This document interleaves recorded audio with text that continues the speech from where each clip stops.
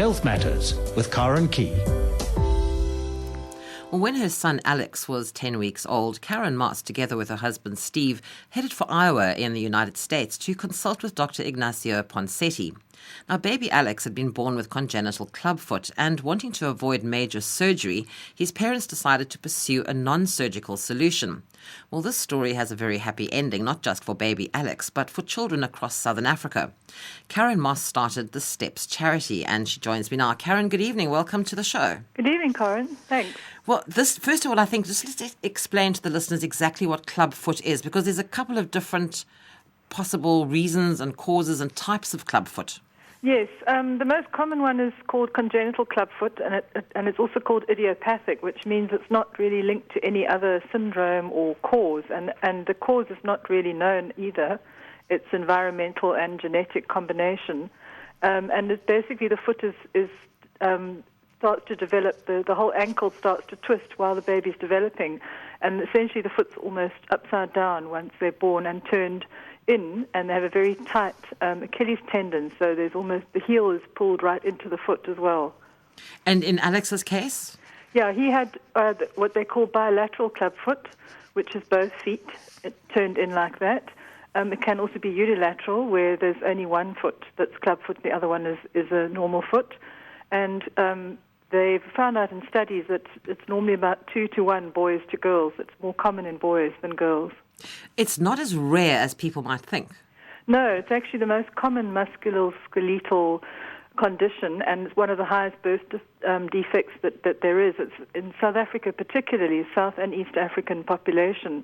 We have the second highest rate in the world, and it's about 2 per 1,000. The average is 1 in every 750 births around the world. It just seems ridiculous that us here in South Africa would have the highest rate of this in the world. I mean, you sort of wonder why. I know. The highest is Polynesia. It's about 6 per 1,000, and we're the second. And I don't really know. I don't think anyone knows why. It's obviously some genetic cause, and sometimes it's to do with environment as well. So it could be where we live. But I suppose time will tell once they finish doing all their research. There are research studies going on in different countries trying to work out what causes it and why it sometimes runs in families, and sometimes it's a completely isolated case with no history of it at all. So tell us what happened. Alex was born, and you discovered that he was born with a clubfoot. Obviously, it wasn't picked up during scans. No, it wasn't picked up when before he was born, and obviously it was a big shock to us, and we didn't really know much about it, which most people don't. And you kind of hear about a clubfoot, but it sort of goes back to sort of Dickens times. You're not really sure what it is. And we were referred to an orthopedic surgeon, pediatric specialist, and he started to have casts. His first one was at 8 days old. And by the time he was 8 weeks old, we were told to prepare ourselves for clubfoot surgery, which was, in those days, 10 years ago, a major operation where they would open up the foot and cut a lot of the tendons, move the ankle bones around. It's basically restructuring the foot from cutting into the foot and moving stuff around. What happens with that kind of surgery is you land up with what's essentially looks like a normal foot as they've done it, but the problem is there's a lot of scarring in the foot, and it can lead to a lot of problems later in life. In fact, even from teenage years, pain, more operations, arthritis, that type of thing that they've discovered, when they've done studies. So you were told that you should prepare yourself for this operation, and yes. Being a mother pretty much like myself is looking for any other option than sending your child off for a major operation. So you decided to start doing your own research. I'd had a major car accident when I was 18. I had a lot of reconstructive surgery, and I suppose that was part of my kind of wanting to not let my son go through any kind of surgery. And I had a kind of gut feel and wish, I suppose, that I could find an alternative. And I went on the internet and found this man, Dr. Ponsetti, just through sheer kind of luck, I think, because although he'd been doing the method for over 50 years, it was very relatively unknown around the world. But because of the advances of the internet, some parents had found out about him in America and started a support group called No Surgery for Clubfoot, and they had actually taken their children to Iowa to have them treated, and I came across this link and then was extremely excited, thinking, well, I found something for my son. And then when I saw that he'd actually started in the 1950s, I thought, well, then he can't be practicing anymore. So I went through all kinds of emotions, wondering what I was going to do. And it turned out that he was still practicing. He was 89 years old. 89? Yes. So I sent him an email Okay. and photos of our son's feet, and I phoned 2 days later, because it was on a weekend, and just to confirm that the email had gone through to America, and he came on the phone, this doctor, Ponsetti, and he just said to me, well, you must bring your son to me, I'll fix his feet. You were on the next plane, practically. Yeah, pretty much. Within just over a week, we were on our way. But, reading through the whole story, Karen, I find it really quite bizarre, and I understand once I've read further into the information that this amazing technique has been around for so long, and yet it's almost unknown. Yeah, I think from what I've understood from talking to doctors, because I work quite a lot with doctors now since I've got so involved in it, his work sort of coincided with the advances of surgery. So, in the 50s and 60s, clubfoot surgery became much more intricate and involved, and there were, more successes, but nobody really knew the long-term effects of it.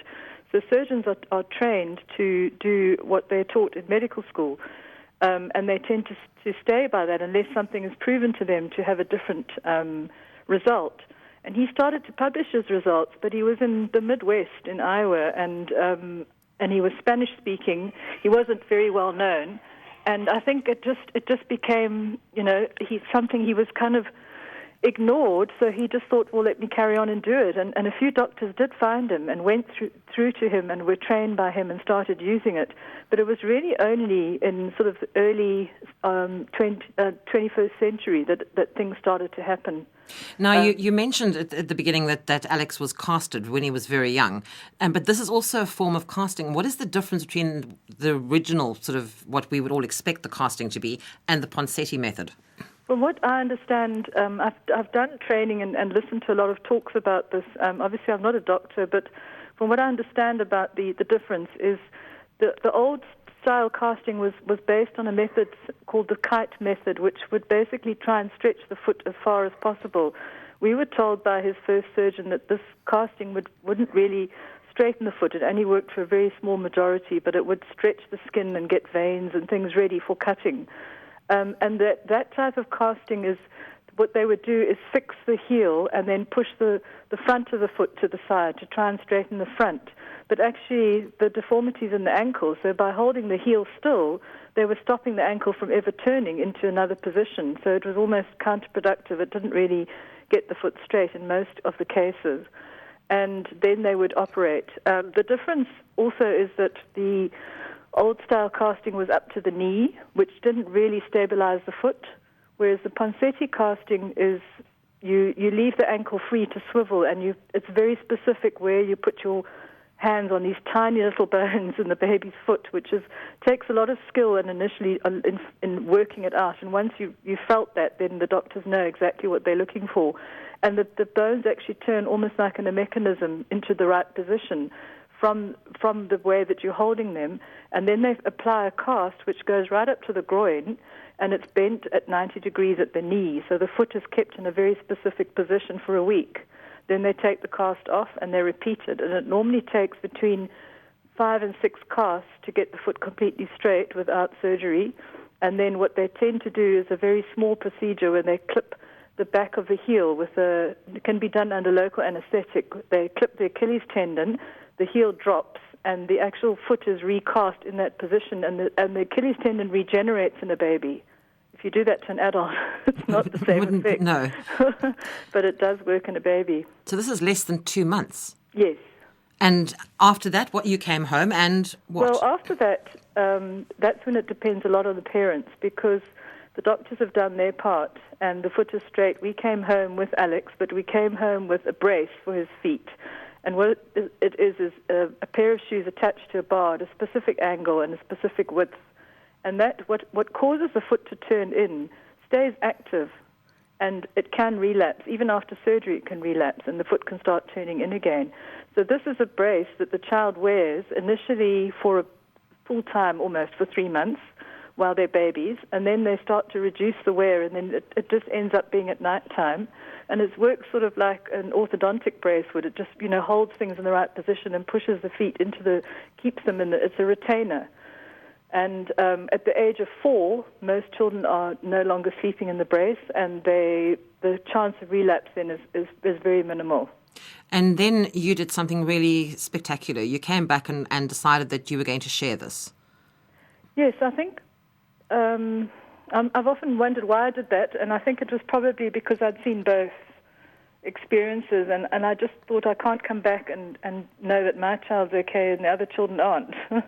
and it's not that I'm that kind of person naturally, or maybe I am, but it wasn't at the forefront of my mind. I just had this drive because of what I had gone through, I didn't want those other children to experience that. So I tried to work out. In fact, also it wasn't even up to me so much as Dr. Ponseti basically insisted that I had to take it back to South Africa.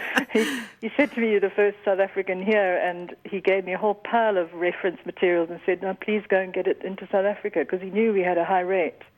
So I had his support from the start, and then sort of networked with a couple of doctors who were interested. Well, maybe it took a while to get into that. It probably took about 4 months before I could convince them, and then it's gradually grown from then to a whole network. In fact, now it's actually the standard treatment in South Africa. And if people listening to this, Karen, who have possibly got a child or a baby with this condition, they can go onto your website. Would they contact you? Would you be able to assist them as to where to go to get this done for their child? How does your charity work? Yes, we definitely would be able to do that. We know a lot of the doctors. We also have a parent support group. There's a lot of active parents on there who can give their experiences. There's doctors that have done training with us. There's doctors that have been trained by doctors who've learnt the method. And there's in all the main centres you can get good care. And it's always better to go to somebody who's doing a lot of this kind of treatment because they've just got, they're more practiced at it because it is very much hands-on. It's like anything with massage. You've got to keep constantly doing it to really be good at it. So you don't want to go to somebody who does one clubfoot a year. You want to go to a busy practice, and we know who those people are, and we can recommend parents, people to try to go to for treatment. And it's not just South Africa. I gather you've sort of broadened it out to Southern Africa now. Yes, that was something that came thanks to our involvement with an American NGO, also started by parents, called Miracle Feet. And their focus is clubfoot, and they raise money to support clubfoot treatment in developing countries. And we've been basically started a program with them early this year, and with their help financially, we've been able to do a lot more work in the region.